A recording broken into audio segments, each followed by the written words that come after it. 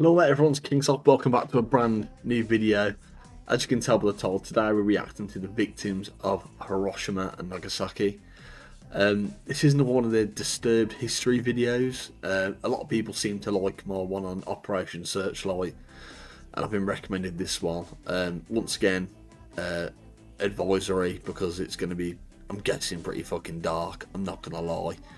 But if you do like these videos, these sort of history ones anyway, leave a like, round for 10, comment down below what you want me to react to next, and subscribe. We need to hit 4K by the end of the year. But you're not interested in that, so let's get into the reaction. We knew the world would not be the same. World wasn't the same. Few people laughed. Few people cried. Most people were silent. Now I am become death, the destroyer of worlds. Is that Oppenheimer doing a speech? I suppose we all thought that, one way or another. Well, there's just nothing left, is there? On the 6th and 9th of August 1945, the world bore witness to a new type of warfare. The nuclear bombs, Little Boy and Fat Man, were dropped on Hiroshima and Nagasaki by American bombers. The goal was to force Imperial Japan to surrender, which they did on the 15th of August 1945. It is widely known that the dropping of these two new types of weapons brought to an end the bloodiest conflict in human history. Yeah, but he says that they brought to the end of the bloodiest conflict in history, but the Japanese were already on the verge of surrender anyway. And then they thought, well, we need to drop it anyway, because we need to drop it first to show, because the Germans were also building these bombs, trying to beat America to build the bombs. When they built it and dropped it, they realised how bad it actually was, and it was like, shit, we should never drop anything like this. The death toll of well over 70 million.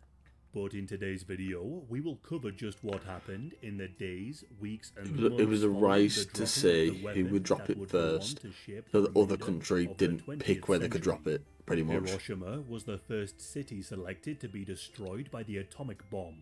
It was selected as it was vital for both manufacturing and military command. It also housed the headquarters for Field Marshal Shunraku Hatta.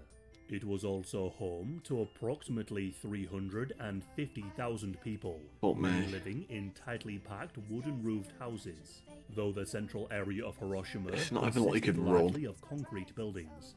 Nagasaki was selected as the second target for its shipyards, steelworks, and manufacturing centers. Almost all of the put a stop to the Japanese military. Were employed in some form of manufacturing. Unlike Hiroshima, most of the buildings and homes were of wooden construction, again tightly packed. Around 260 people were thought to have been in Nagasaki at the time of the bombing. On the 6th of August, I'm guessing that means 260,000, a I'm modified guessing. Boeing B-29 Superfortress, given the moniker Enola Gay, flew over Hiroshima in the early morning. The Little Boy bomb was delivered by parachute at 8:15 in the morning. It was detonated when people around are going to work 2,000 feet above Hiroshima. The resulting blast was equivalent of around 12 to 15,000 tons of TNT. And this was with just 2% of the bomb's uranium achieving fission. At least 80,000 men, 2% of the bomb working. Women and children died instantly. Over the next few days, the Japanese government reeled from the destruction of Hiroshima. Well, I understand why they had to do it. I understand that, because everyone else was trying to build it. But at the same time, the amount of life lost, was it really worth it? Especially on Japan, because they were already surrendering it. Leaflets were dropped by American bombers onto a number of Japanese cities, though not onto Nagasaki. On the morning of the 9th of August, the Soviet Union declared war on Japan and began its invasion of Manchuria. The Japanese government met in Tokyo to discuss proposing their conditional surrender. At this point, however, they were already going to surrender. The B-29 bomber, known as Boxcar, was flying over Nagasaki. Much like the first bomb, the Fat Man nuclear bomb detonated some 1,600 feet over the city of Nagasaki. Anywhere from 40,000 to 75,000 men, women and children were instantly killed. The next day, on the 10th of August, Japanese civilian and military leadership met to discuss whether or not they would agree to the full and unconditional surrender as set out by the Potsdam Declaration. At that point, Emperor Hirohito, I think you'd be worried about another one dropping. Of the Emperor not surrendering. meddling in government decisions, declares that he wants to accept the Potsdam Declaration. Yeah, 'cause he knows. Only if the title of Emperor can remain sovereign. Meanwhile, plans for further nuclear strikes are planned by the Americans. That is, until Japanese media broadcasts leak that Japan intends to unconditionally surrender.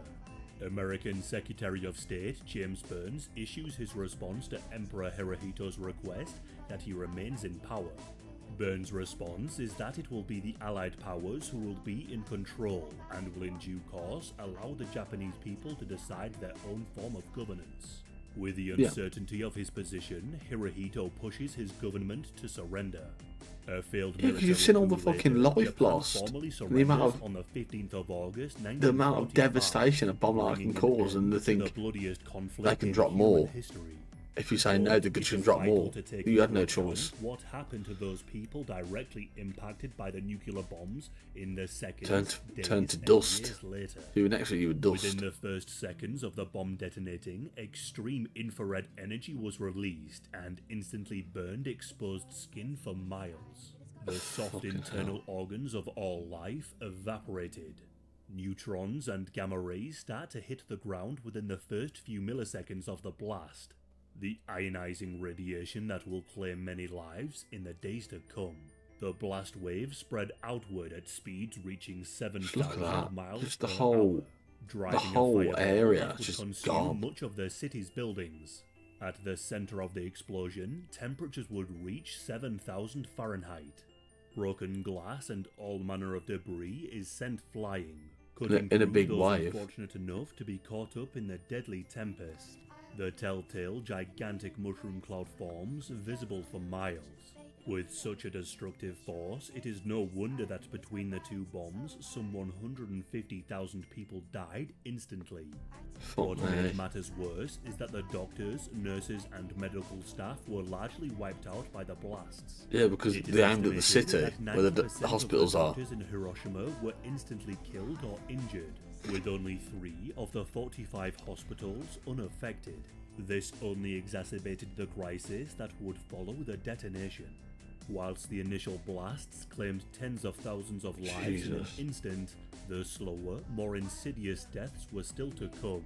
By the 4th day, those who had been treated for apparent burns started to display some unusual symptoms. Of radiation Purple sickness. spots appeared all over the affected person's body. Oh my god. They would begin to hemorrhage blood after the smallest of cuts or injections and vomit a foul brown liquid. Hair would fall out in clumps at the slightest of touches as necrosis set in. At the time, Your body doctors just- had oh no my idea God. that they were dealing with radiation sickness, an incurable condition that affected those closest to the center of the blast. And also the or doctors those then who treating them would consumed also go down with it. material. Many had consumed water from nearby rivers, driven to do so from the intense heat caused by the blast, unaware of the contamination. And what is most disturbing is that some attempted to drink the oily black rain from the mushroom cloud, though they soon realized it was the atomized remains of the city and people who were once around them. The heat and light from the nuclear bombs were of such intensity that Fucking pause a second there. So the brown rain which came from the fucking sky was buildings that had been destroyed and ionized, potentially their family, friends, people around the town, and they were drinking it. So they were drinking not just radioactive chemicals, but also potentially their own family members. they burned patterns from clothing directly onto the victim's skin. Superheated wristwatches became branding implements for those who wore them too close to the hypercenter of the blast. For those who looked directly into the initial intense flash of the nuclear strike, they were left with instant and permanent blindness. For others, cataracts and blindness would follow in a few short years.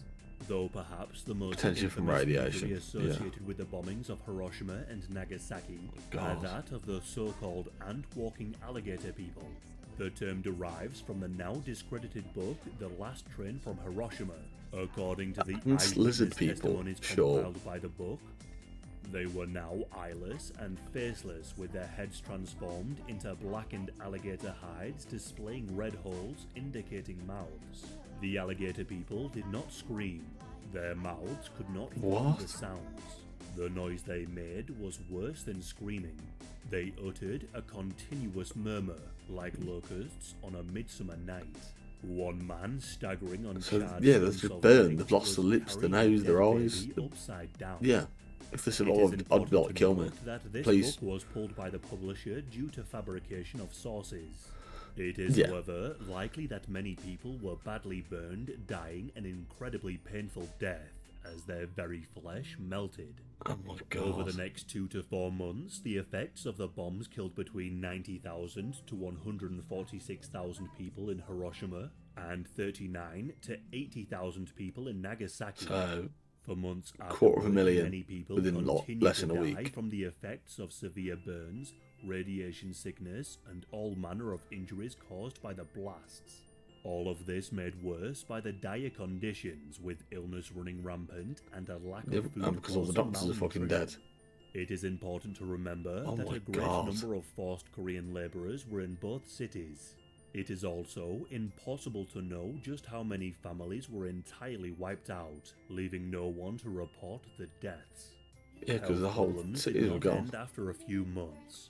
Pregnant women exposed to the bombings experienced higher rates of miscarriages and deaths among their infants. Because of radiation. Those who were able to give birth had children who were more likely to have intellectual disabilities, impaired growth, as well as an increased risk of developing cancers.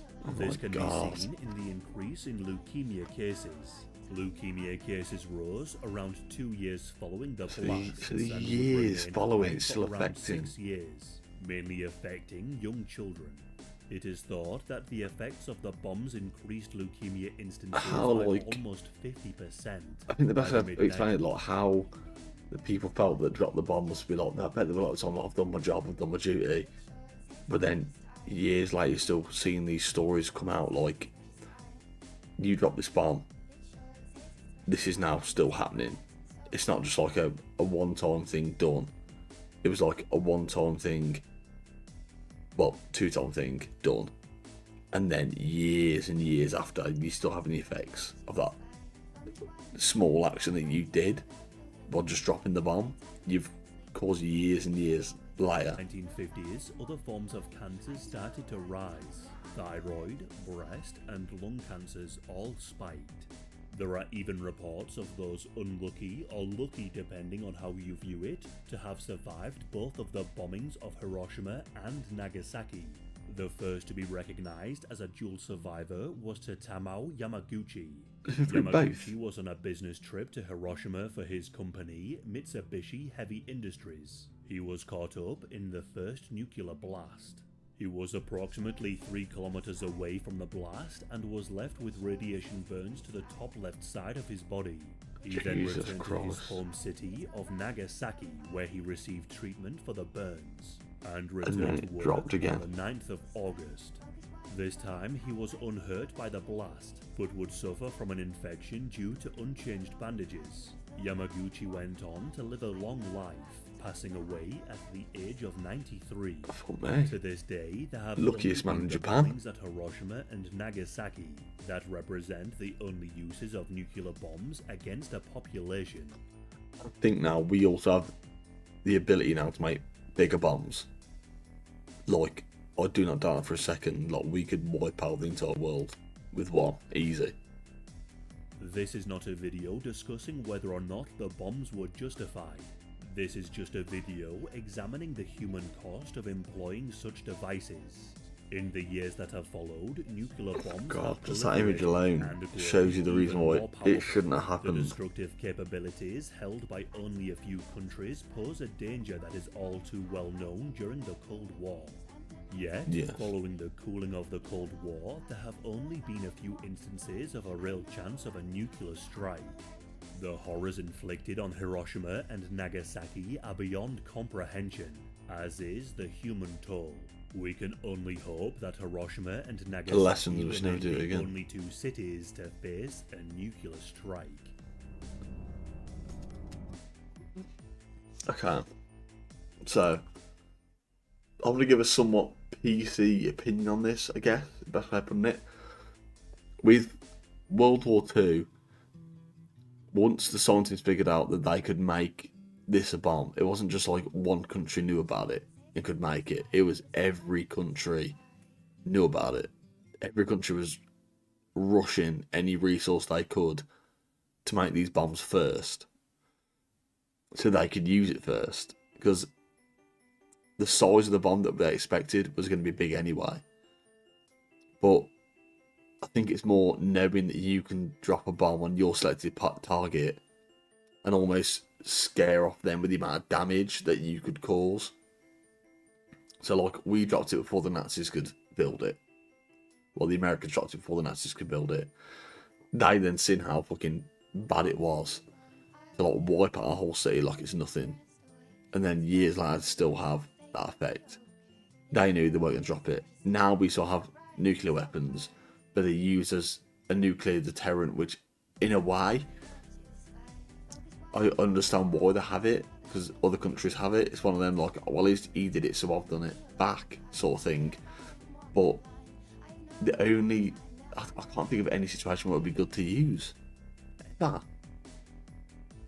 I honestly don't. Aliens? The aliens are coming? Fucking send the nuke up? Maybe? I don't know. But now you see the effects. Years later, you know that you caused so much, and the fact that we can build bigger bombs than what they dropped with more devastating power, it's scary to think of, really. But this has been a video from Disturbed History. Like, round for 10 likes. Comment down below what you want to react to next. Subscribe. 4K by the end of the year. Let's get it done. See you in a bit.